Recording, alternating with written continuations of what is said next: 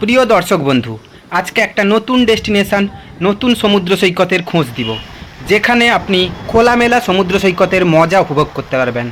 তাই ভিডিওটা না টেনে টেনে সম্পূর্ণ দেখতে থাকুন। समय दिया जाएगा। अभी 8:25 हुआ है, तो ठीक 8:40 को गाड़ी यहाँ से निकलेगा। 8:40 को गाड़ी यहाँ से निकलेगा। आइए उतरिए। हमारा पहला स्पॉट चंद्रभागा। 8:40 को गाड़ी यहाँ से निकलेगा। आइए उतरिए। আপনারা যদি পুরী বেড়াতে যান তাহলে ওড়িশা ট্যুরিজমের বাস ধরে একদিনের ভ্রমণ আপনারা সফর করতে পারেন, যার প্রথম ডেস্টিনেশন পড়বে চন্দ্রভাগা সমুদ্র সৈকত। এটা পুরী থেকে মাত্র 32 কিলোমিটার দূরত্বে রয়েছে। এখানে খোলামেলা ফাঁকা সুন্দর বালিয়াড়ি যুক্ত একটি সমুদ্র সৈকত। একে আবার অনেকে সূর্যের প্রথম কিরণ পড়ে বলে ওকে সূর্য সমুদ্র সৈকতও বলা হয়ে থাকে। তাছাড়া আপনারা এখানে সকাল সকাল যদি আসেন তাহলে সানরাইজটা খুবই সুন্দর করে দেখতে পাবেন। তাছাড়া এখানে চন্দ্রভাগা নামে একটি নদী ছিল, যার নাম হিসেবে চন্দ্রভাগা সমুদ্র সৈকত নাম উঠে এসেছে।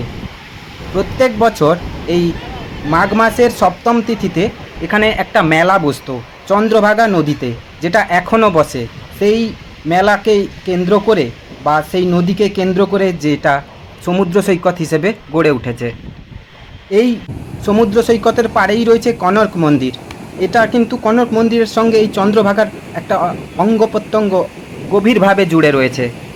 আপনারা যদি পুরী থেকে কনক মন্দির দর্শনে যান তাহলে কিন্তু এই সমুদ্র সৈকত মাঝখানেই পড়বে, যেটা পুরী থেকে কনক মন্দির হচ্ছে কাছাকাছি 36 থেকে 37 কিলোমিটার, আর এটা 32 কিলোমিটার। এর একটা বিশাল বড় ইতিহাস রয়েছে।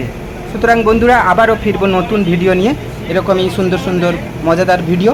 আপনারা যদি চ্যানেলে নতুন হয়ে থাকেন অবশ্যই দীঘা রামনগর ইউটিউব চ্যানেলকে সাবস্ক্রাইব করবেন, পাশাপাশি দীঘা রামনগর ফেসবুক পেজকেও পাশাপাশি ফলো করে রাখবেন এরকম সুন্দর সুন্দর ভিডিও পাওয়ার জন্য।